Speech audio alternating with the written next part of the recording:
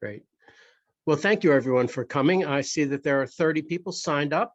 Thank you for taking time out of your Sunday afternoon to join us. This is the fourth in our lecture series, Know Thy Neighbor.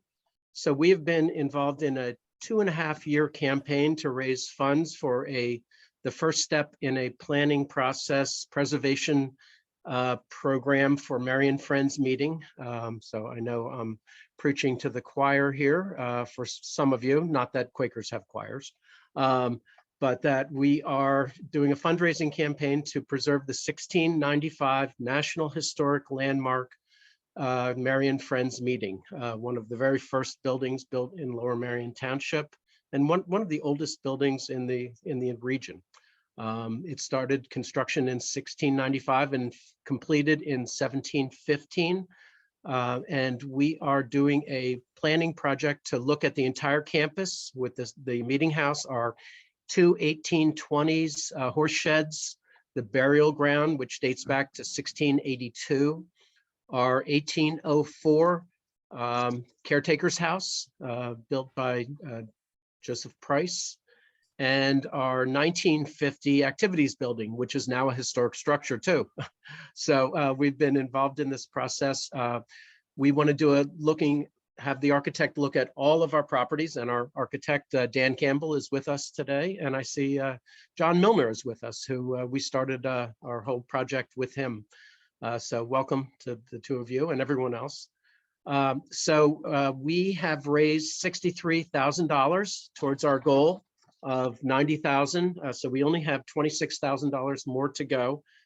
So we are close, but our deadline is coming close too. So we started these talks as a way of just reaching out to the community a little bit more, but also to talk about our preservation plan and to let our neighbors know who we are. You know, we've had sort of the meeting house is up on a hill and it's hard to see from the road. But we wanted to let people know we are here. Us Quakers are still alive and well. We're a small meeting, but we're mighty. We have a large footprint in the community. We have a lot of social justice activities. And in fact, we have expanded this lecture series to include historic preservation, history, and social justice topics. So our last topic was with the Director of Diversity and Equity at Villanova University. And our next talk, we don't have the speaker yet, but it will be in April, and it will be on a social justice topic. So please take a look at our website for the link, and we will be following up afterwards with some closing words. But I wanted to welcome Robert Jaeger, Bob, as we know him. He's the president of Partners for Sacred Places, and he's more than just the president. He is the founding member of Partners for Sacred Places, which he co-founded 33 years ago. And Partners for Sacred Places is the only national nonprofit organization dedicated to maximizing older religious properties as assets for both congregations and their communities. Before founding Partners, all those 33 years ago, Bob was the senior vice president of the Philadelphia Historic Preservation Corporation and the founder of its Historic Religious Properties Preservation Program. He's accepted the National Preservation Award from the National Trust for Historic Places. And I couldn't think of a better speaker for our program. And I've known Bob for many years, and I can just say that besides doing great work in the community, he's a really decent guy. So welcome, Bob. Thank you for joining us today. Well, thank you, Ross. And thank you, Scott. I'm really honored to be with you all. I'd prefer to be with you in person, but these days that's a little hard. So we'll make do with this way of talking to each other. But I love conversation and interaction, so I hope you'll jump in the chat room. And if you're wondering what images you're seeing on the screen, feel free to ask me. I'll try to say. Now, you may wonder what's behind me here if you're looking at me talking, and it's kind of the opposite of Quaker meeting because it's very elaborate and very beautiful. This is St. Vincent de Paul Church in Germantown, which is in our National Fund for Sacred Places, which I'll mention a little later on. So you'll see a lot of beautiful sacred places as we go along. And if you're curious about any of them, just let me know. So again, I've been honored to know Ross for a long, long, long time. And when he reached out to ask if I would speak today, I said I'd be delighted. I'll try to move through the slides so we'll have plenty of time for Q&A at the end. And, have a chance to talk not just about Marian Meeting, but other sacred places that you might care about. So what I'd like to talk about is our evolving understanding of our older religious properties as civic assets, as places that are important architecturally and civically and socially, and how that helps inform the work that we do and others do to preserve these places. So we like to use the term public value. The sacred places have a public value. And one of the things I'll be saying today is that I think it's really important as Marian Meeting and other communities of faith work to preserve their buildings, is to help the public understand that these are more than just places of worship. They're places that serve everybody. And they're really important to everybody. And we need to kind of almost redefine them as civic places as well as places of worship. I often say I don't even like the term places of worship. It's too narrow. It doesn't really capture everything these places do and who they serve.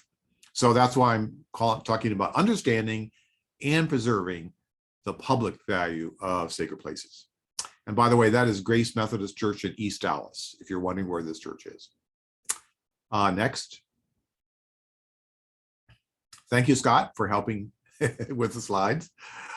So why now? Why talk about this now?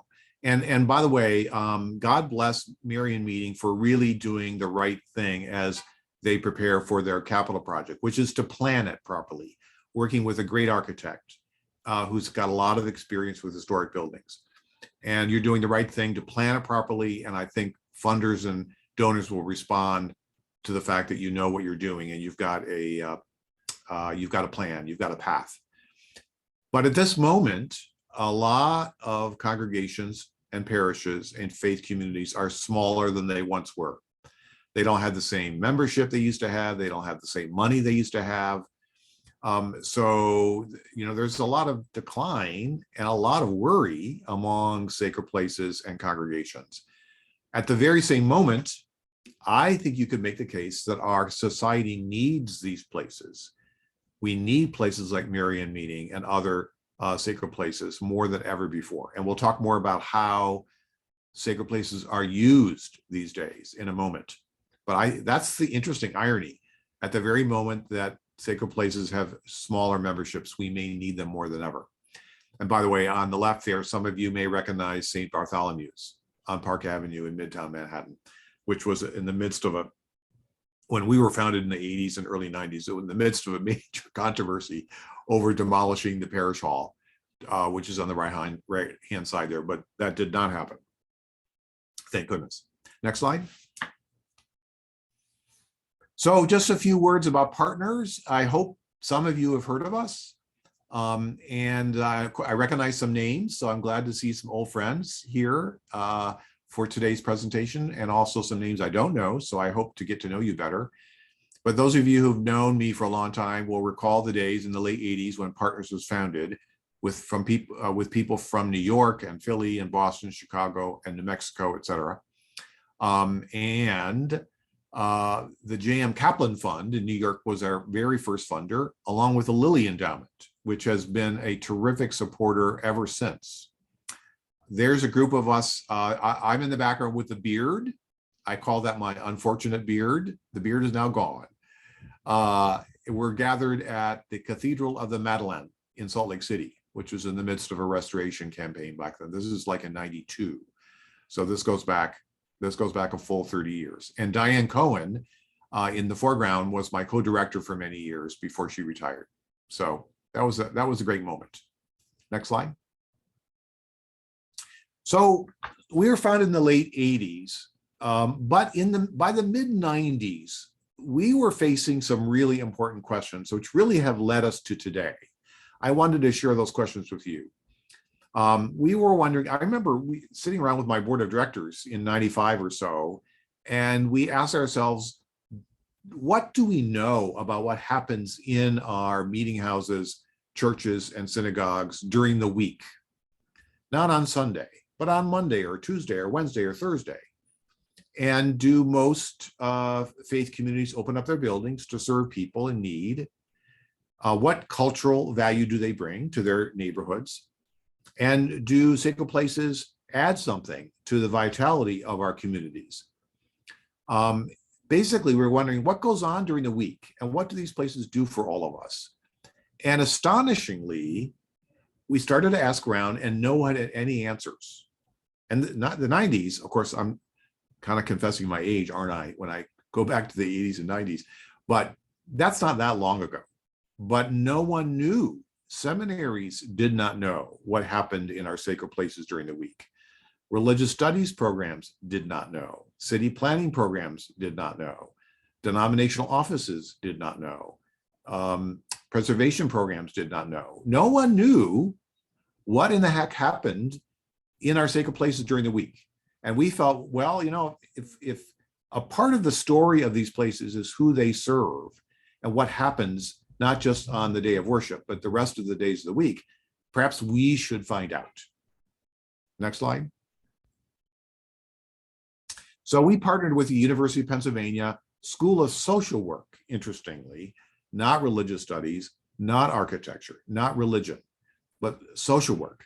Because a professor at Penn, you may know him, Dr. Ram Kannan, was really becoming interested in how faith communities served the people around them that were in need. So we called the study Sacred Places at Risk, and indeed they are at risk, but that really wasn't the focus. The focus was on, again, what happens in these buildings? How are they used? What's the public value of sacred places? And no one had ever done this before. And we published it in '98. And let me tell you what we found. Next slide.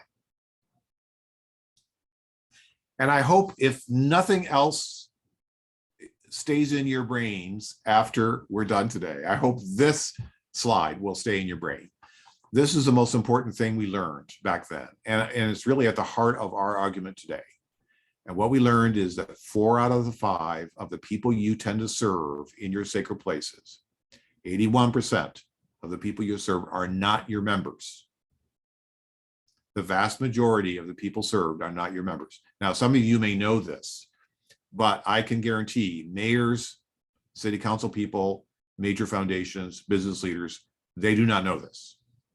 So when they drive by Marian meeting or the Catholic Church or the Methodist Church or the synagogue, they assume that is a place of worship for those people, the members. And they don't know much beyond that.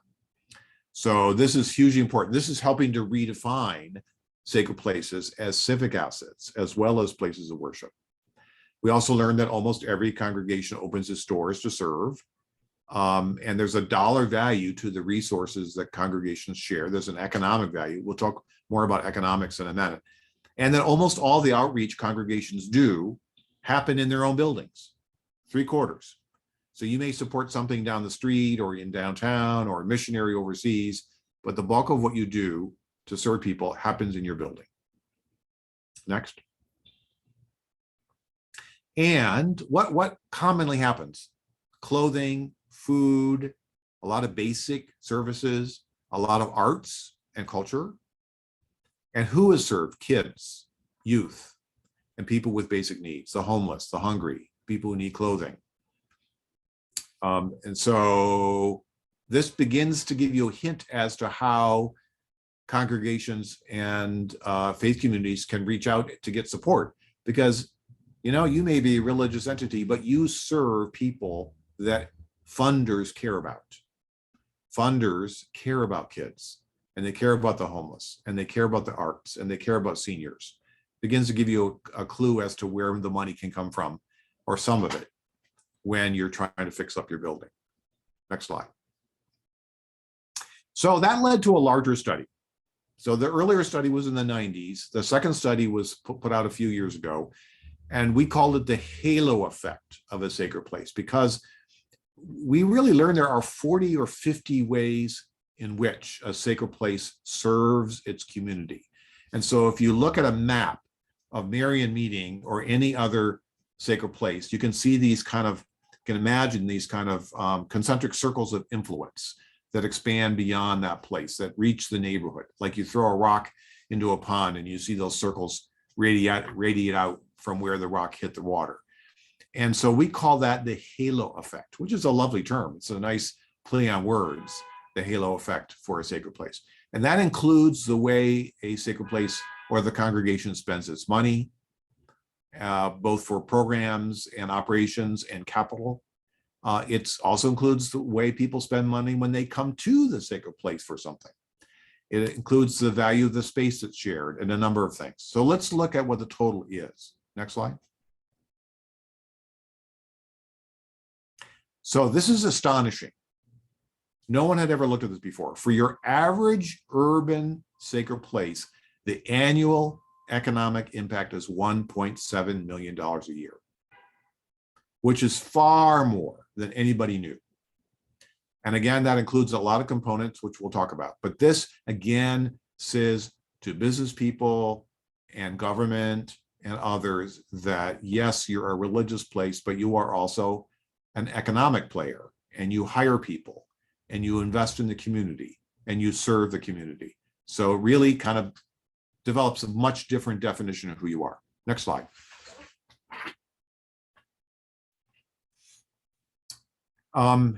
Your spending, when I say your, I'm speaking of the congregation or the faith community. So your spending is about a third of that overall $1.7 million. And by the way, look, if you look at the lower bar chart, this is the 90 congregations we looked at in 3 cities. 53 out of 90 spend less than $100,000 on their buildings over 5 years. What that tells us is your average congregation doesn't have a lot of money to spend, and it's not able to spend a lot on its building over the course of time. And yet their impact can be huge. So the impact can be huge, even though their resources may be small. Next. Now, this is another interesting, in fact, this is another chart that I hope will stay in your memory. This is kind of amazing. 90 congregations in the study. For those 90 congregations, they had almost 3.7 million people coming back and forth over the course of a year. Pretty astonishing. Now, of course, some of them were the same people coming back and forth because they're coming for worship or whatever. But a lot of people were coming for other reasons. And look at the pie chart at the bottom. These 3.7 million people. What's the percentage coming for worship? 11%. Kind of astonishing, right? And, you know, your average civic leader drives by and thinks it's 100% about worship. But no, it's 89% about something else. Education and programming and events. Again, what this is that these places are civic places. And by the way, on the right-hand side, we're talking about the magnet effect. So people come to your neighborhood, come to Marion, Lower Marion, or wherever, and they spend money. That's part of the halo effect. They buy lunch, or they buy dinner, or they go do some shopping, or they fill up their tank with gas. And we looked at all that, and that's about a fifth of the halo effect for your average sacred place. Next. And we went again to look at the percentage of people being served that are members or not members, and the number has gone up in 15 years from 81% to 87%. The almost 90% now of the people you tend to serve in these buildings are not your members. Again, civic value. Next. I think this is the last slide on the research, and then we'll talk a bit about what we can do. We also looked at the impact that places like your sacred place have on people's lives. And you can monetize this or not. In this urban study, we did not. Later on, we did. But it includes things like helping someone get a job.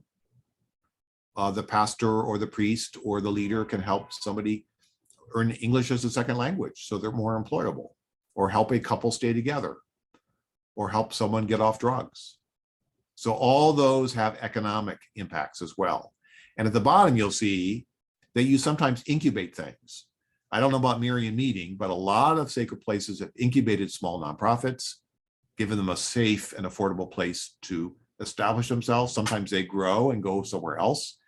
I was a member of First Presbyterian Church in downtown Philadelphia for years, and they incubated a group called Manna. Perhaps you've heard of Manna, which has grown, and I think they're in their like 4th location now. They've grown so much. But it was I remember those days, those early days of the AIDS epidemic, and people gathered at people gathered to cook at First Presbyterian Church and pick up the food at First Presbyterian Church and then deliver that food. So First Presbyterian Church incubated Manna, and as sacred places have done all across the country. Next. So that helps us understand, and I haven't even talked about architecture that much. Of course, as Ross pointed out, Marian meeting was established in the 17th century, and architecturally and culturally is enormously important to the main line and to Marian. So I focus more on how these places serve the community. But those are all reasons to care about our sacred places. But the question now is, well, what can we do to help the faith community take care of these buildings and preserve these buildings? And that's what we're about. Yes, we've done some research. Yes, that's helped us tell America what's at risk and how important these places are. But we also want to have hands-on services. So we do things like help congregations make a better case for why you should care. So we do a program called New Dollars, New Partners for Your Sacred Place. In fact, Marian Meeting has gone through that program to help congregations articulate their value and convince others to care and help them. We do a lot of work to help the congregation connect to its community and see the building as assets and not just as problems. Because we deal with a lot of faith communities which have shrunk a lot, and all they see is a leaking roof and the windows that are bowing in and bathrooms that are 50 years old, and they see all the problems. They don't see what assets they have. So we do a lot of that work and help congregations rethink how they use their space. And so they could use that in new ways to serve the community. And how can they also engage others when they are raising money? And we'll talk more about that in a moment. But our data indicates that a faith community that makes a strong case for its value, 1/3 to 2/3 of the capital funds raised can come from non-members. Ross, I hope you're hearing that. It's because I know you guys are involved in the capital campaign that's to come. So 1/3 to 2/3 of the money raised can come from non-members. That's very encouraging. Next. So New Dollars, New Partners is a training program that's really the foundation for a lot of our other work. And it's several days of training for usually a group of congregations to help them tell their story better and raise money in new ways and use their space in new ways. Next. And Scott, if you could just click a couple more times just to give everybody a sense of what we do. So we help in this program, help every congregation make a case, like a lawyer makes a case for his or her defendant, right? In a courtroom. A congregation or a faith community needs to persuade people. And guess what? Faith communities are usually not very good at this. So they need to learn how to tell their story better. They can also calculate their economic impact, like I was just talking about. A congregation can actually do that. We have software to help congregations do that. Help congregations develop new partnerships in the community, and then raise funds in new ways. Next slide. If you can click a couple more times, Scott. So that training has been, as I say, foundational. And typically it's 4 days. And 1 day is on making the case. Another one is on community partnerships. Another one is on basic capital campaign fundamentals. And the last one is in new ways to raise funds beyond your membership. So we talk about creating a friends group. And Ross, if it was easier to talk back and forth, I would ask that question. Does Marian Meeting have a friends group? No, we don't. Well, there's an example of something we often encourage. Or a separate nonprofit, which can be another way to raise money. So say someone's Catholic and they're not really interested in supporting Friends, but they love the building. They might prefer to make a gift to a Friends group or to a separate nonprofit. So we talk about tools and approaches that can help a faith community broaden its fundraising appeal. Next. So here's an example of a church we've worked with quite a bit. They have used their space in really remarkable ways, including a health clinic called Agape Clinic. And by the way, the doctors at that clinic have been some of the biggest donors to their capital campaigns. So they participated in the New Dollars program I just mentioned.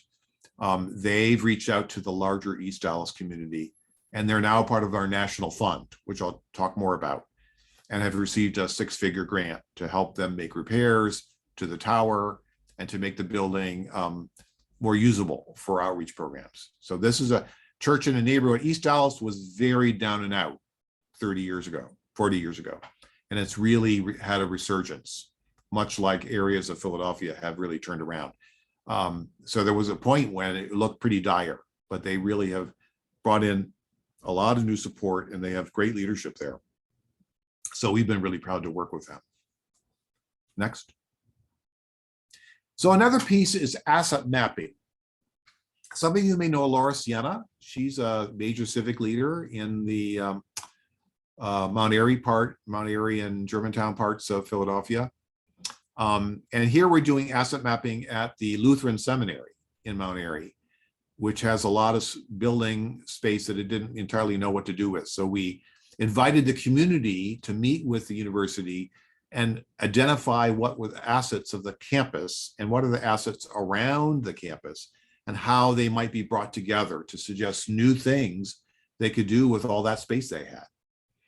And, whether it's residential or a restaurant or nonprofits, or maybe they needed to build some new things on the campus. So this kind of asset thinking combined with a design charrette. Next slide.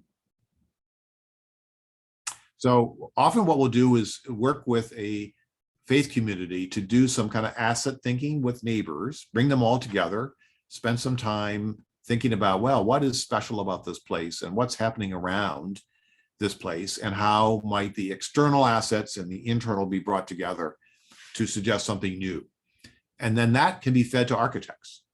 And that's what you're seeing here. This is a design charrette, a kind of an intensive 2 or 3 day workshop where architects think about, well, how could this building be used in some new ways? Preserving its character, not affecting that part, but just helping some of these buildings be put to use in new ways that reflect the input of the asset mapping event. And so we've used this charrette frequently as a way to get architects to bring their creativity to bear. And interesting, by the way, whenever we've done these charrettes, we've always gotten architects to provide their time for free. They're doing it pro bono because they too see sacred places as civic assets, and they want to help them stay alive and stay well. Next. So here's another example of a church we work with. This is in downtown Syracuse, St. Paul's Episcopal Church, which has been a cathedral and then not, and then a cathedral and then not, and now it's not. So they've been yo-yoed up and down, and right now their parish house is empty, and 10,000 square feet of space because the diocese left and a couple of other functions left, and they were struggling to think about what do we do with our space and how do we make the most of our building in downtown Syracuse, which is also experienced a resurgence, kind of a renaissance, and they wanted to be a part of it. So we did the same thing. We did an asset mapping event with civic leaders, including Syracuse University, the mayor's office, key nonprofits, real estate developers, the State Preservation Office, to come together and say, given what's happening in downtown, how might this church be put to best use? Next slide. And so here is a little hint of the asset mapping. By the way, each Post-it note is an asset. And groups of people, both from outside the church and inside, come together to identify all the assets of the building and all the assets around, and bring them together and imagine new things, whether it's a music residency program or it's senior housing or an elder hostel. And then the energy in the room kind of tells you what seems the most promising ideas. And that's what's fed to the architects. And they get to work to imagine how the building could be used in new ways. And by the way, given that most of the churches I see these days in the Northeast are underused, this approach is almost universally useful. Next slide. And then rethinking space. And here we are meeting with folks at yearly meeting, 15th and Cherry, which of course has lots and lots of interesting space, some of it used for friends organizations or others, to think in new ways about how to manage that space and what to charge and how to make the most of that space. So that's a lot of our work, is helping faith communities rethink their space. How do we manage it? Who do we share it with? What should be our policies and procedures? What do we charge? Do we charge the full cost of making that space available, or do we subsidize it? That kind of question. Next. And then one of the key themes in terms of sharing space is arts in sacred places. We did, with the help of the Bear Foundation, we surveyed all of the sacred places in downtown Philadelphia, in Center City, about 42 of them, hard to believe. In Center City alone, there are 42 historic sacred places, to see which of those places had space to share that were appropriate for dance or music or theater or the visual arts. And one of the things we do, we have a full-time staff person to encourage matching between sacred places that have space to share and arts groups that are looking for a home. We just heard from a realtor this past week that she represents an arts group that's looking for a home in West Philadelphia. They don't need it 24 hours a day, but they need it throughout the week. And could we suggest a place? So that's one of our jobs, is to help locate a church that might be a good home for this arts group. Next slide. And again, it's part of our job is to help a faith community think big about how to reach potential donors.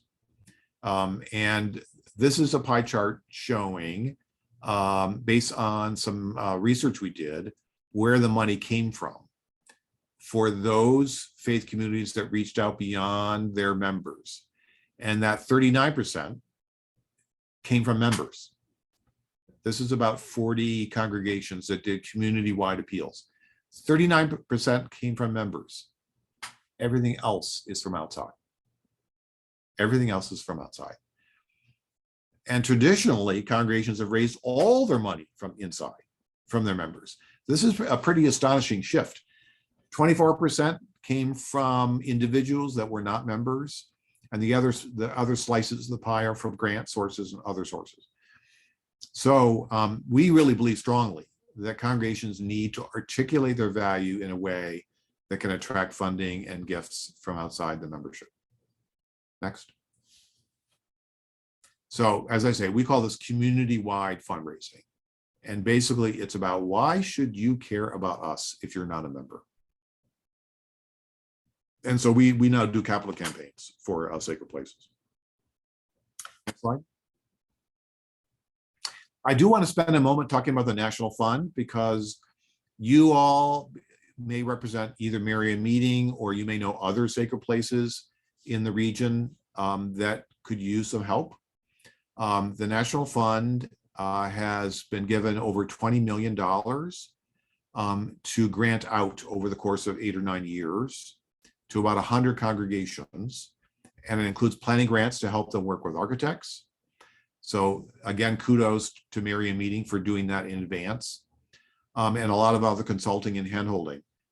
But our job is to provide grants, often of $250,000 each, to dozens of sacred places in Philadelphia and across the nation. Christ Church here was one of the first recipients. But as I was saying to Scott and Ross earlier, we do not have a Friends meeting in the National Fund yet. and we should. So that's, I'm planting seeds because I'm hoping that Mary meeting or some other meeting will be coming in the next year and applying to the National Fund. So this is the only major national source of support for the preservation of sacred places. And it's not just for towers and roofs and walls and windows.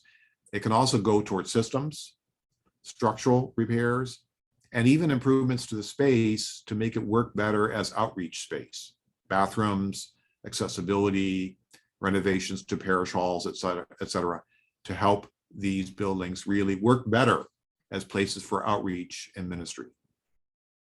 Next.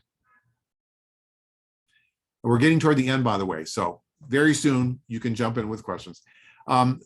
Just to give you a quick sense of what else we're doing, we're working with churches in certain parts of the country where there's some interest and some funding. So we are working with Nordic heritage churches, yes, Nordic heritage churches in the upper Midwest, where millions of people immigrated from Norway, Sweden, Denmark, Finland, and Iceland in the late 19th century, early 20th century.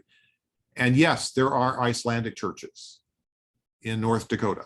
I've been there, and they're charming and beautiful. And we're also working in Central Appalachia. And again, we have a program to work with about a dozen churches, and not just to preserve their buildings, but also their folk arts, their altar paintings, their carved sanctuary furniture, their stained glass, their wrought iron. And you may have heard about our program we've been doing in the Philadelphia area with pipe organs to encourage people to discover sacred places because of the pipe organs they have and the music they can make. So we're hoping to do a second phase of that program starting this year. I think we're getting toward the end, Scott. Let's go to the next slide. That's it. There's our website. If you have any questions, go ahead and dive in. So forgive me for rattling on perhaps too long, but I think Scott and Ross are going to invite you to ask questions. So there was one question early on, Bob, and you've done a great job in sort of identifying work that you have done. There were some images early on that we may not have heard about, and I think maybe if I go back to the beginning and if sure, I'm happy to identify all of them. Yeah. Here that we didn't. Let's see if I can go back. I'm sure there's an easier way to do this, but I'm just going to do it this way. Okay, that's Grace Church. I mentioned that, and that is St. Bart's. I mentioned that one. Next one, that's St. Augustine's. And where Church is that? In Old City. In Old City. Okay. And then what's the next one? Let's see here. Oh, did anybody recognize that? That's Arch Street Methodist Church at the corner of Arch and Broad, which, as you may have noted, has some serious problems with the spire. And so they've had to wrap the spire with netting so nothing falls down and hurts anybody. And we're helping them. And they're also in the National Fund. But I love that photo with all that snow. It's just beautiful. This is First Congregational Church in Newport, Rhode Island. And what's really cool about this church is it's entirely painted by John Lafarge, the famous painter. And he was also a competitor with Louis Comfort Tiffany for opalescent glass. They both kind of developed the same ideas around the same time in the 1870s and 1880s. But Lafarge is mostly known as a painter, and he designed this decorative painting job at this church, which got so small that it's really become a nonprofit center.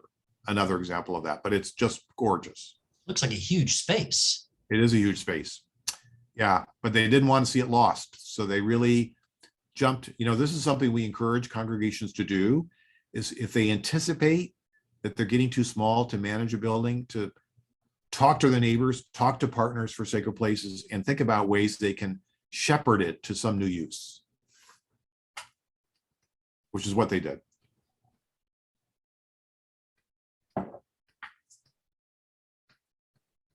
Yeah, I can't remember if there are more maybe because we talked about this is, wait, go back. I think that's Grace Church again. Yeah, this is, you did talk Yeah. about this in a little more detail. Yeah. And St. And Paul's. that's St. Paul's, right? So I think we've covered most of them now. What is That this? I think is Calvary Methodist in West Philly, I think, and Christ Church, of course. Great. Yeah. Fantastic. Well, yeah. So I see some other questions. Do you want to jump in, Scott? Or no. If you see them and you want to, you feel like you want to jump in there, please, by all means. So Gwendolyn's asking, hi, Gwendolyn, about St. Paul's. So it's a long story, Gwendolyn, but basically St. Paul's was designated a cathedral, and then the bishop decided to take that designation away, and then it became a cathedral again. You know, bishops can decide in the Episcopal Church, bishops can decide. What's a if they wanna- cathedral, though? What's the what does it mean when he says it's a cathedral? It's a seat of the bishop, the seat of the bishop. And of course, in the Catholic tradition, there's also cathedrals. In the Episcopal tradition, it's the seat of the cathedral. And often the diocesan offices will be there too. And Seat of the bishop, and they can take that away, and it no longer is considered a cathedral at that point. correct. Because there's a church in Philadelphia, West Philly, called it's called the cathedral. Church of the Savior. Yeah. It's called a cathedral. It's the same definition. Yeah. Well, you know, interestingly, the Episcopal Diocese of Pennsylvania, which is the one here, did not have a cathedral for the longest time. And that happens on occasion. And finally, I think it was under Benison that Church of the Savior was named as the cathedral. And if you don't mind me editorializing for a second, they gutted the interior, sadly. And I live in that neighborhood. It made me sick to my stomach. But anyway, Yeah, it became the I know. cathedral. Yeah, yeah. Okay. Thank you. Sure, thank you. Well, I hear the question from Deb Wood about rural. And, you know, we have just done a study, by the way, which I think is now on our website, on the halo effect of rural churches. Because we do know that situations are different and resources are scarcer often in rural environments. So we did a study of rural Methodist churches in North Carolina. And that economic impact is still large, not as large as urban, but it's about $750,000 every year. And it's often the case that rural congregations have a outsized value in their communities because there really is no other place to meet or to gather or to be served in some rural communities. So these places have enormous importance, but they may have very small memberships. But the basic principles of helping a small congregation, whether urban or rural, to find ways to be in conversation with others in the county. There may not be a town, you know, if it's out there on its own. The basic principle of being in conversation and thinking together about how to bring new purpose to a sacred place is the same. We understand the resources are different, you know, the environments are different, but we believe pretty strongly that the principle holds.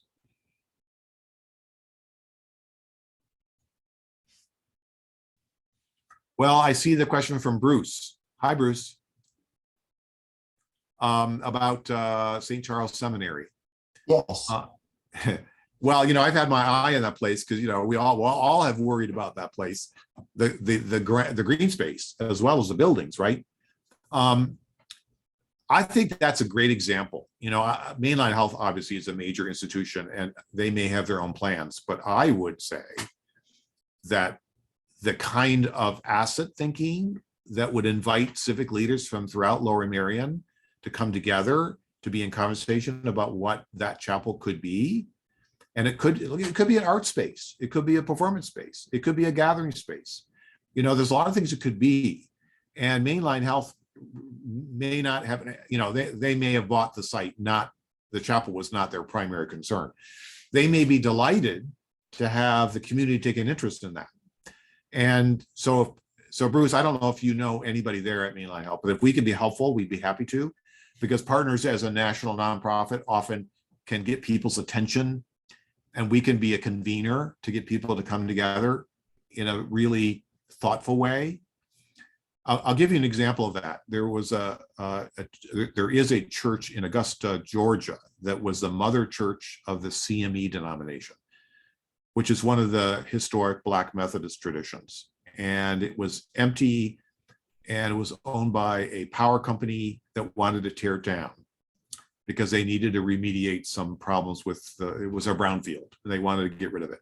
And so we did this kind of asset mapping and a design charrette in Augusta, Georgia. And because we're kind of not really neutral, we have a point of view, but we're, a national nonprofit with a reputation for bringing people together in a constructive way. That's what we did. And even the power company, Atlanta Power Light, which was the bad guy, they wanted to tear it down. They actually participated in some conversations. This basically an asset mapping event for everybody to say, all right, what could this building be? And maybe it needs to be moved a block away. You might prefer it stay where it is, but if it's close by and it has a public purpose, what could it be? And because it's constructed as a series of conversations about what's remarkable about the building and what's happening in the community, it's a constructive approach where everybody can kind of calm down and be, all right, let's put our heads together and think about what this building could be. So that's why we find this asset mapping approach to be really helpful, because it kind of cool, and I don't know, I don't live out there, but if people are upset or concerned, it's a nice way to get people to just thoughtfully come together in conversation about the future of a building that people care about. Thank you. Mm-hmm.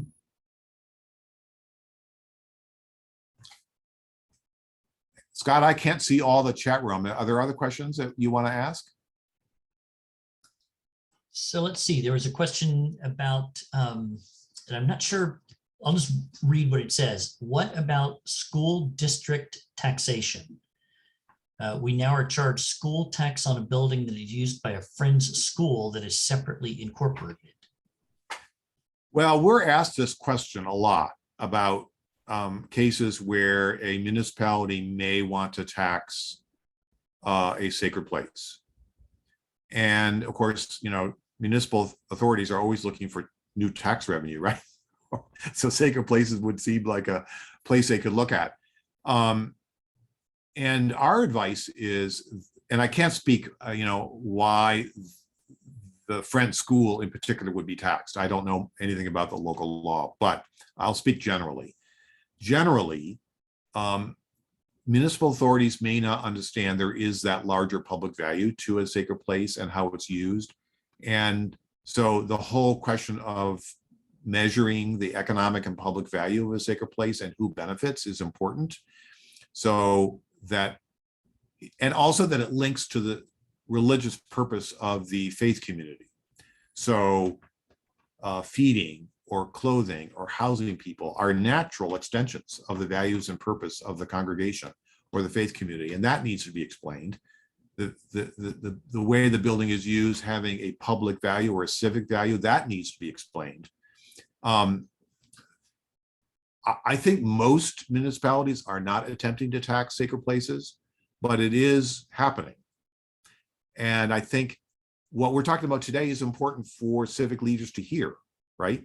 That yes, it's a place of worship, but it also does other thing that benefits. They're not benefiting themselves, they're benefiting people in need. That may not satisfy every municipality, but it's helpful.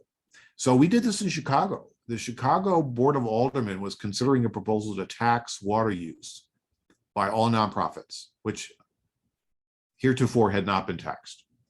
So that would include churches, colleges, hospitals.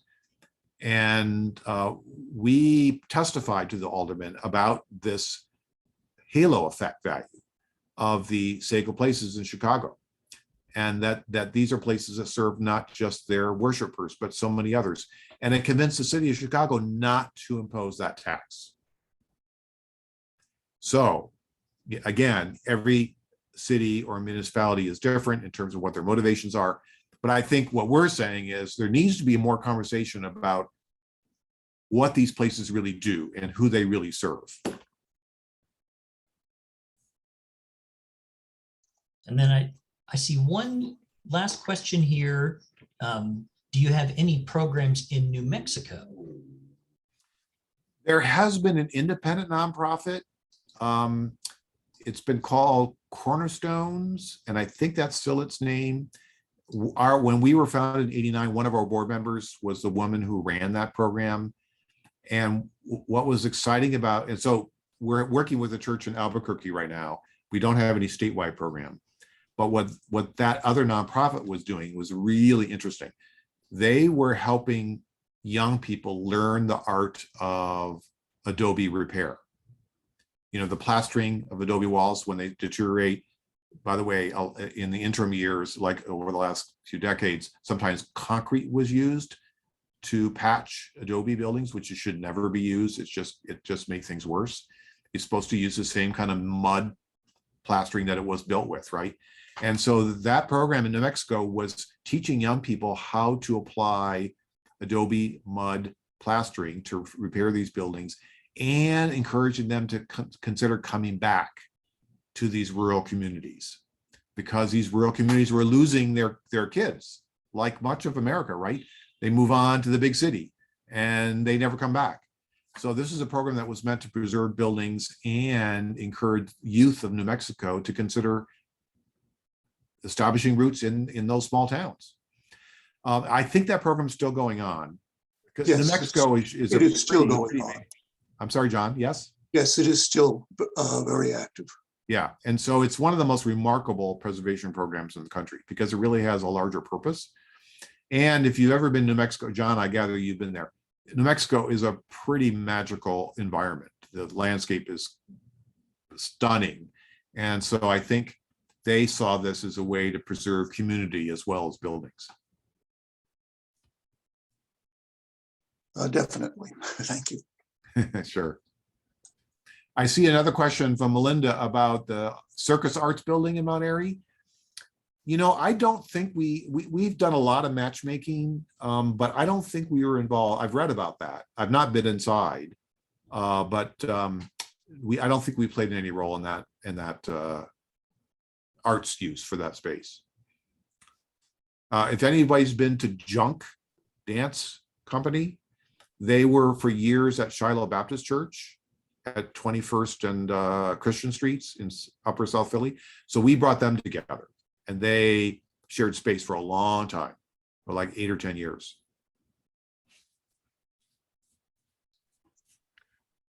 Thank you, Bob. I have a question.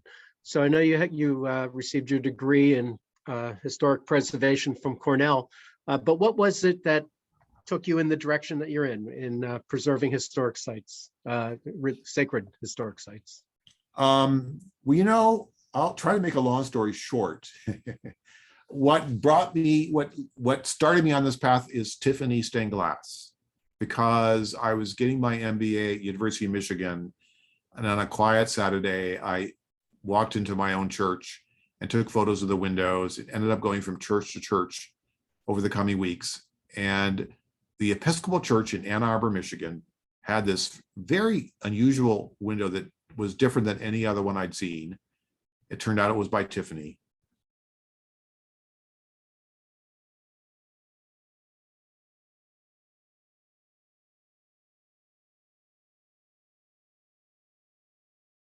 It was.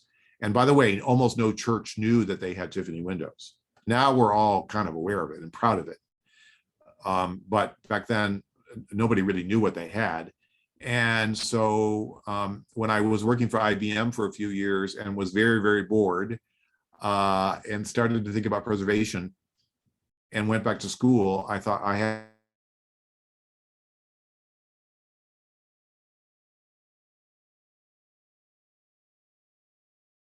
I got my boss, Bill Blades. Some of you may recall Bill Blades. He gave me permission to explore the idea of setting up a program to benefit sacred places. That was in 85. Thank you. So one thing led to another. Yeah. So Thank you, thank you, Bob. One of the ways we judge what the quality of a talk is how many people have dropped off, and I think no one has dropped off in this talk. An excellent talk and very informative. I can't thank you enough. But let me get my camera up here. But I really appreciate it, and we look forward at Marion Friends meeting to apply for the grant that you had mentioned next Great. year. when We're we happy should to be- help. Yeah, thank you so much. And now a word from your sponsor. So as I mentioned in the beginning, we are involved in this capital campaign. So I certainly hope that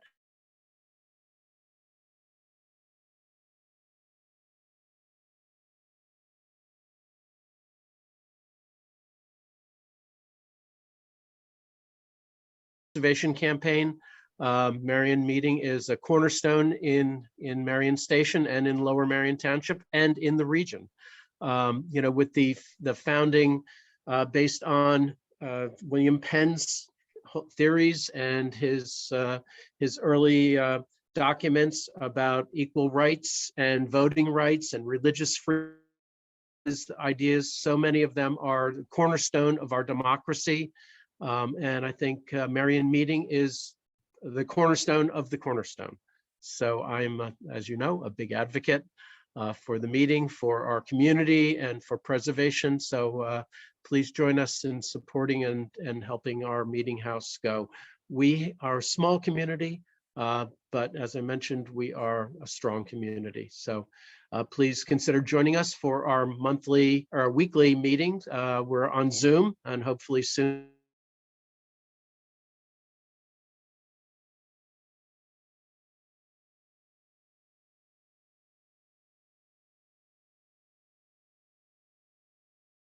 the connection is on our website as well at marionfriends.org.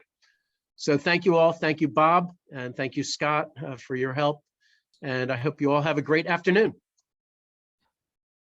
Thank you, everyone. Thank you, Bob. Appreciate And it. are there any closing questions? You can unmute yourself if not. But thank you again and have a great